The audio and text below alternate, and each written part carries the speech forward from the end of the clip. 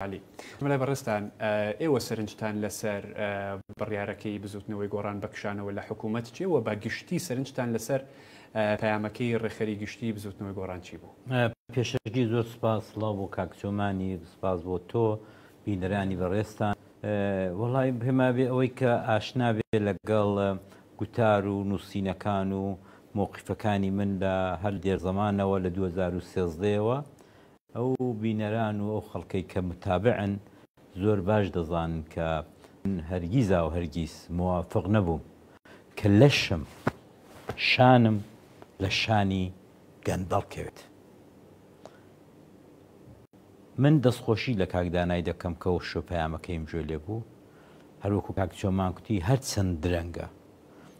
بەڵام دیسانەکانە هیوادارم دەنگدەری بەڕێز ئەوەشیان لێ قبوولکە کە شانسێکی دیکە بدرێتەوە پێیان بۆ ئەوەی کە ئەو گفت و ئەو وعد و ئەوەی کە جەنابەت ئێستا پرسیارت کرد کە ئایا بۆ 10 ڕۆژە و یا بۆ 5 ڕۆژە بۆ 6 ڕۆژە بتوان ئەو وعد و عیدیان بەرنە سەریە و بەڕاستی کوردستان هەموو حکوومەتێکی سالم، هەموو حکوومەتێکی تەندروست پێویستی بە معارزە و بە ئۆپۆزیسیۆنێکی چالاکەیە. یعنی پاکێجی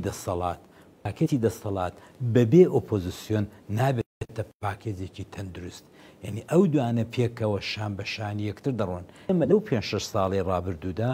ئەو شانە لەنگ بوو، ئەو شانە شەل بوو. بۆیە ئەمن هیوادارم کە بەهۆی ئەو بریارە تازە لە غیابی گۆڕاندا ئۆپۆزیسیۆنێکی بەهێز لە ناو هەرێمی کوردستان نەبووە چونکە بەڕاستی نەمدیوە. ئەگەر ئەوانەی کە ئێستا دەیانەوێ بێنە ناو پارلەمان بابزانین خۆ تا ئێستا کوونیە لە حکوومەت نەبوون و ئەوانە، بەڵام بابزانین چۆن دەبن. من لەسەرەوان قسە ناکەم، بەڵام ئەوەی کە بەلامەوە گرینگە ئەویش ئەوەیە کە دەبێت دڵخۆشی بدەینەوە میلەت کە ئومێد هەیە، ئومێدێک هەیە کە زمان حاڵی وان بێت، ئومێدێک هەیە کەسانێکەن ئەوە تا لێرە دانیشتون دەڵێن ئێمە دەبینە زمان حاڵی ئەو خەڵکە هەژار و ئەو خەڵکە زوڵم لێکرا و ئەو خەڵکەی. ئەمن بەڕاستی زۆر زوو بنووسین بە خزمەتی کە زندوو بوو شادڕەوان ساڵی 2013 شەوێکی درەنگ چوومە خزمەتی کوتم کاک نوێشیرەوان تکات لێ دەکەم مەچۆ دەسەڵات. ئەو دەم دروشمێکیان هێنابوو گۆڕێ بەرەو دەسەڵات کە ئەمە زۆرم پێ ناخۆش. زۆر باشە. لە پەیامەکەی ڕێخەری گشتیە دەڵێ کە ئێمە بەشداریکردنمان لە حکوومەتدا سەرکەوتوو نەبووە و ئەو پلان و بەرنامە چاکسازی کە هەمان بوو و لەسەری ڕێکەوتوین لەگەڵ هاوبەشەکانمان لە حکوومەتە نەمانتوانیوە جێبەجێکەین. گۆڕان بۆ نەیتوانی پەیامە چاکسازیەکانی لە حکوومەت جێبەجێ بۆ ئەوەی کە دوودانە هێزی کە تەواو هێژمونیان بەسەر کوردستان داگرتووە و قۆرغی دەسەڵاتیان کردووە لە هەموو جومگەکانی دەسەڵات، لە جومگەی پارە، ئابووری، کورە سوزانم، کۆلتوری، هەموو شتێک ئەتۆ ناتوانیت هەمدە دەسەڵات دابی. کێشەی گەورەی گۆڕان لەو 5-6 ساڵێدا کە نەیتوانی هیچ شێک لە بەرنامەکانی خۆی بێنێ هیچ باوەڕی پێرە دەکرد، خەڵک باوەڕی پێ دەکات کە تۆ لە دەسەڵاتی، ئەتۆ لە دەسەڵاتێ، تۆ لە بەروبوومەکەیدا بەشداریە، تۆ لە بەروبوومەکەی دەخۆی. ئەمە جێگایەکی دێشێت، جێگایەک لەنگە، جێگایەک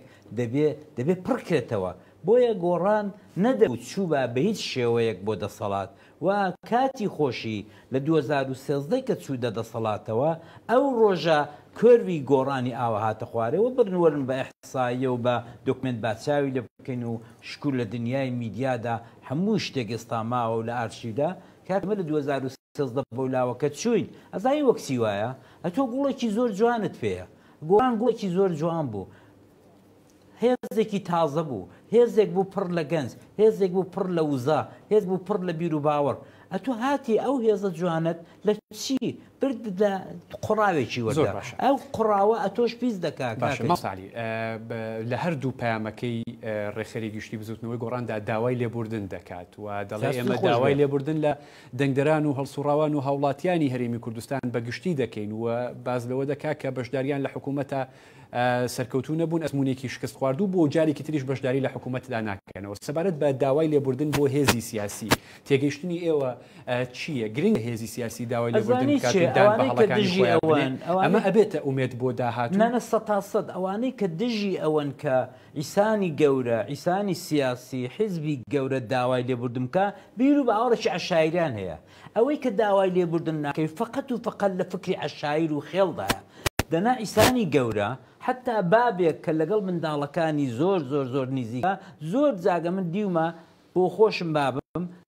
داوای لێبوردن لە منداڵەکەی خۆی دەکا ئەمە هیچ ئەیبینێ وە گەورەیە بەعکسەوە ئەمن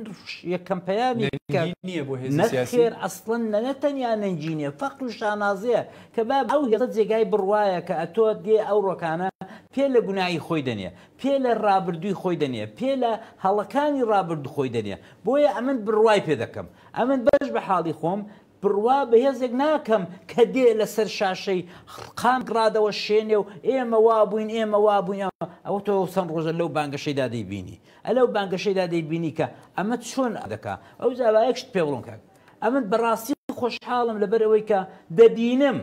ئەوەی کە زۆری لەسەر موسەمەم بوون ئەوەی کە زۆریان پێ لەسەر دادەگرت حکوومەتەکەی مەسرور بارزانانی هیوادارم ئەو شۆکانە یەکێتیش نیشۆی لێبێ هەرو هێزەش ماماوە ئەویش بێتە دەرێ بۆ ئەوەی کە حکوومەتەکەی مەسروری ناکام بێ داپلۆسێ بڕوێت بۆیە چونکە ئەوان یەکجار غرور بوون یەکجار غرور بوون ئەمن پێم وابێت ئەم حکوومەتە ئەگەر 1 سەعاتیشی مابێ جانەڵایەدا 1 سەعاتیش و ئەوەی کە دوای ئینتخاباتیش ئەم دڵنیام ئەوەی کە کاکچۆمانیش دەڵ ڕاستە ئەوەی کە دوای هەڵبژاردننیش ڕەنگە ساڵ بچێشێ لە وەزعیدا ڕەنگە ساڵ بچێشە حکوومەت دروست دەبێت گفتوگۆ لەگە بەڕێستان دەکەم سەبارەت بە ئەگەرەکانی پێگەنانی بەڵام من هیوادارم کە بڵێ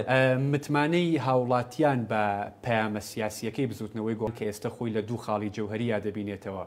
داوای لێبوردنکردن لە دەنگدەرانی لە هەر هەڵەو کەم و کوڕیەکە لە ڕابردووا کردوێتی و دەڵێت ئەگەر زۆرینەی پەرلەمانی پێکنێنین خۆمان نتوانێت حکوومەت تشکیل بکەین دەبینەوە بە ئۆپۆزیسیۆن تا چەند گرنگە هاوڵاتیان بەدەم ئەم پەیامەوە بێن و تا چەند گرنگە باوەڕی پێ بکەن بەش بە حاڵی خۆم بە هاوڵاتیانیش دەڵم بەش بە حاڵی خۆم دەبێت شانسەشی دیکەیان بدرێتێت و بەو تەوازوعەوە هەر ڕۆژی ئەوڵ ڕێخەرێکی تازە هاتۆتە مەیدانەوە و بەو تەوازوعەوە دێ دەڵێ کە ئەمە هەڵەمان کرد زۆر باشە هیوادارم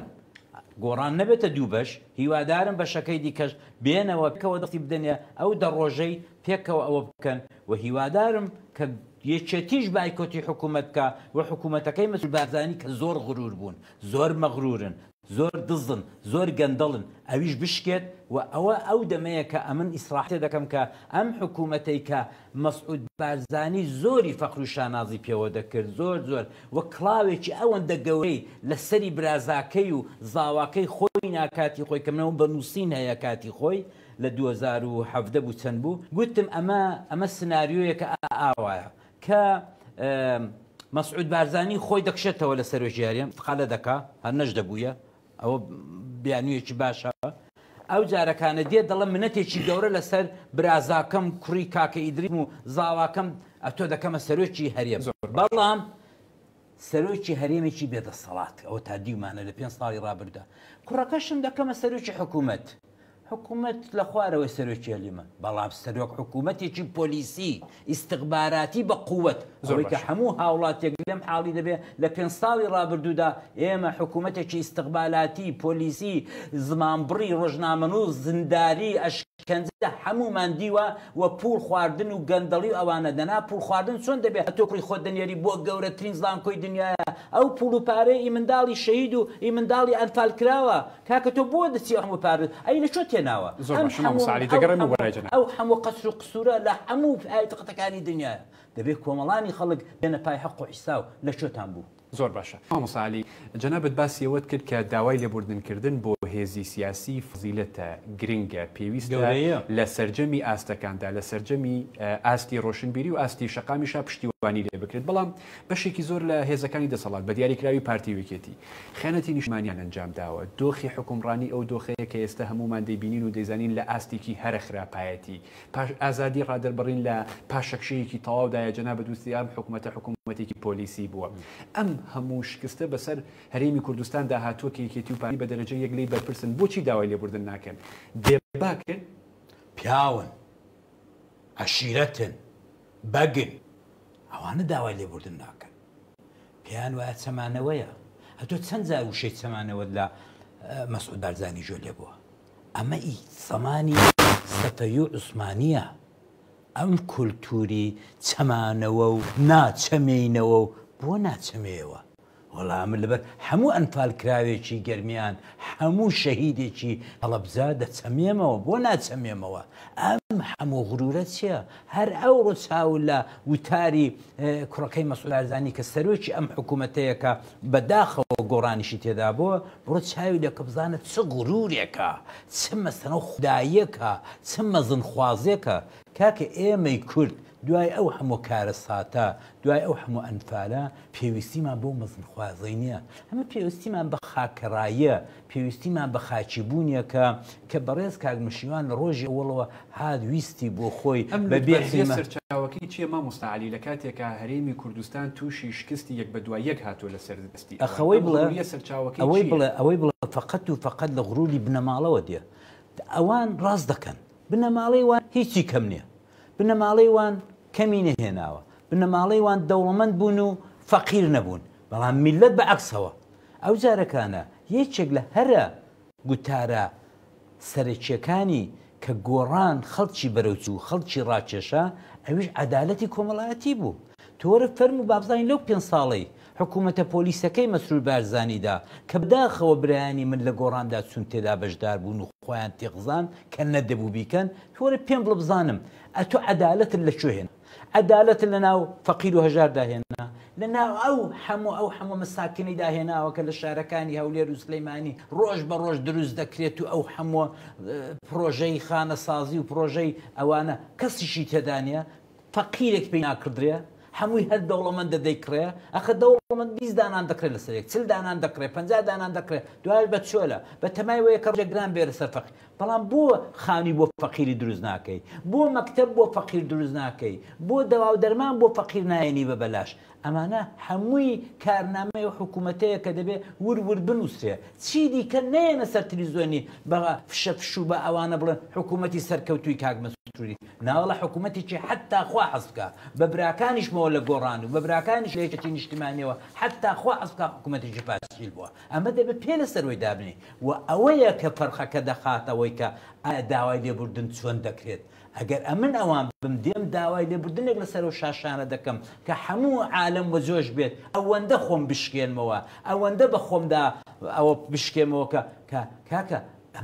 ئێوە چیتان نەکرد باشە بەو لایدانەوت دەفرۆشن بەو لایدانەوت دەفرۆشن دێنن بە سعری ئۆپێکی گرانتر زستانە نەوە دەدەن بە خەڵکی خەڵکی پێنج مامۆستاعلی ینی یەکێتی و پارتی هەمیشە یەکتری تۆمەتبار دەکەن و یەکتری بە هۆکاری شتەکان زانن لە هەرێمی کوردستان بەڕاستی ئەم هێزانە بە هەردووکیان بەشدارن لەم شکستانی کە دروست دەبیا خود هێزێک بەرپرسیارەتی زیاتری ئەوە نیە شەمە لێرەین ئەوە نیە شۆمە لێرەین لەو پەڕی بێڕەحمیدا بە گۆڕانیش دەڵێن ئەوە نییە کاکە تۆ بتەوێ نەتەوێت ئەتوس هاویلەکە وایرسێک دێتە ناو خواردنەکەت وایرسەکە ئەوەن دەبێت و یەک ئەوەن دوستکەش بێت ئەو خواردنی خرا دەکات ئێمە خواردنی حکوومەتی کوردستان خراپ بوو جا چێ تێیدا بۆ ئەو وایرسە هەمومان دەگرێتەوە بەڵام دیارە پشکی شێر بۆبەر ئەو کەسانە دەکەوێت کە 30 ساڵە دەسەڵاتی کوردستانیان قۆڕق کردووە 30 ساڵە نەوت و گومرجی کوردستان دەفرۆشم نایدەم بە خەڵکی 30 ساڵە مەکتەب بۆ میلەت دروست ناکەن ئەمە حقیقەتێکە 30 ساڵ ڕۆژنامە نووسم زینداناندا کار ئەو قەدەر ئێرە و چەند ڕۆژێک وەرە بە حسابی بکەین وەرە بە حسابی بکەین لەگەڵ وەزیرەکانی گۆڕانی بنێ چۆن قبولیان کردووە چەند کتێب نووسراوە لەسەر تاریکبوون و وەحشەتی زیندانەکانی پارتی وەرە بزانە زیندانی ئاکرێ زیندانی ڕایەت ئەمە بۆ چۆن لە وڵاتێک کە ئێمە سەردەمانێکی زۆر لە پێشمەرگایەتیدا هاواری عەدالەت خوازی و هاواری ئازادی و هاواری ژنمان دەکرد هەمانە بۆچی ئێستا کوونە بۆ خۆم دەیکەم بۆ خۆم دەیکەم بەڕێی من دەبوو زۆر زووتر لەوەی بەڵام تازە کردویانە دەستیان خۆش بێت بەڵام دەبوو زۆر زووتر لەوە هاتپانە دەرێ بەڕاستی دەڵم ئەو جارەکانە لە یەکێک لە هەرشتە گرنگەکان ئەوەیەکە ئێمە ئەو وەزارەت وەزیرەکانی گۆڕان بە هیچ شێوەیەک نەدەبوو ترۆر و زیندانی ڕۆژنامەنووسان قبولکەن ڕۆژنامەنووس لە هەموو جێگایەکی دەبێت تانجی سەرما بێ ڕۆژنامەنووس هەموو جێگایەکی دەبێت ئازادی تەواوی بدەینە بەڵامەتەوە دەبینی لە ساڵدا چەند ڕۆژنامەنووسی هاوکاری پرسیارەکەم بکەم بۆ قۆناغی داهاتووی گۆڕان ئێستا گۆڕان لە حکوومەت کشاوەتەوە داوای لێبوردنی کردووە ڕێخەری نوێی دیاری کردووە خەریکی خۆڕێخستنەوەیە بۆ قۆناغی داهاتوو گۆڕان دەبێت چی بکات والله هەرەوەی کرد لە ساڵی 2009 دەستمان پێ کرد ساڵی 2009 ئەو ئارشیو هەیە و ئەم فیلم هەیە و ئەوە هەموو ڕۆژ بە زۆر چەند ڕۆژنامەنووسی ئەو کاتی مێستا دیت پامەکەی ڕێخەریش ئەم ڕۆژەخر لەوە دەکاتەوە کە دەچنەوە سەر بەرنامەکانی سەرەتای دروستبوونی گۆڕان جۆم بێبوو کاکە تۆ دەمی بووە بە مانجێک بە دوو مانگ ئەم بۆ خۆم دەمی لە ئیعلامی گۆڕانی بووم و نزیک بووم لە کاگنوشیوانی شو لە هەموو برادرانیش بۆ بە چەند مانگێکی کەم گۆڕان 25 کورسیەنە زۆر بوو زۆر کاکە هەردووک دەسەڵاتەکە کەوتونە شۆک ئەمن لێرە بووم دەزانم کەوتونە ئەوەی کە دەبێت فکرێ بکەینەوە ئەمە پێم وابێ گۆڕان لە 2013 4 ساڵی دیکەی ڕۆیشایە هەر بەو نەهجەی بەو تۆپخانەی کەێنێن و بەو وەسعی کە هەڵسوراوەکانی گۆڕان هەدایان نەدەدا لە قاودانی گەندەڵی و لە قاودانی هەموو نائەدالەتێک ئەوە ڕۆیشپین ئێمە کاتێک دەبێ بچینە حکوومەت کە خۆم بریار بدەم کاتێک دەیە بچینە حکوومەت بەشداری حکوومەت ئەوەی کە کاکشەمان دەڵە ڕاستە ئێمە کاگنیشتوانیشتی کۆتا ئەبد بۆ مەعارزە نامینەوە ئێمە هاتوون دەسەڵات بگرینە دەست ئەو دەسەڵات بگرینە دەست دروستە و دەبێت تموحی تۆ ئەوەیە کە دەسەڵات پامەکەی ڕێخەریش جەخل لەوە دەکاتەوە دەڵێ هەتا گۆڕان نەبێتە زۆرینە و خۆی ناتوانێت حکوومەت تەشکیل بکات ناچێت ئەمە استراتیژێکی گونجاوە بە بڕۆژەکانی زۆر گۆڕانیشی لە سەرکات لە قۆناغی پەیامی زۆر بەمان بووە کاکدانە ئەو شکرێتی هەر ماڵی ئاوادان بێ لەگەڵمان کەوتویدی زۆر باشەی دی ئەمە زۆر زووتر کتومانەکە دەبێ کاتێک بچینە دەسەڵات کە ئێمە زۆری نەبین و ئەو جار یەکیان بانکەین بڵین وەرە با پێکەوە